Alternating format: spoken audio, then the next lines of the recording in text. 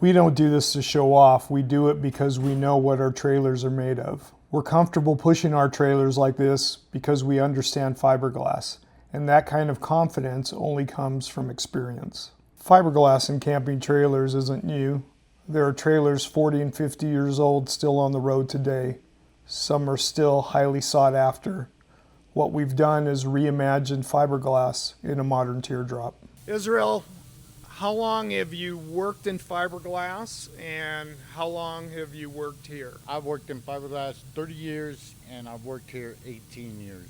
I've been in fiberglass and composites for about 53 years. Ooh. Okay. I've actually worked in fiberglass 39 years, and I've worked here for 8.5 years so far. Wow. And probably another 10 or 15 or 20.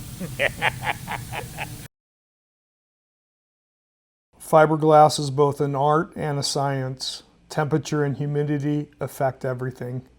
The problem with fiberglass mistakes is you don't always see them right away. Air bubbles are easy to miss, but over time they lead to cracks or chips in the gel coat. Fiberglass isn't just a material, it's a process, and getting it right takes time. There's a growing movement toward buying fewer, better things, products that last. The most sustainable trailer isn't the one you replace, it's the one you never have to replace. So when you see us do something like this, it's not luck, it's experience. Because when it comes to something this important, experience matters.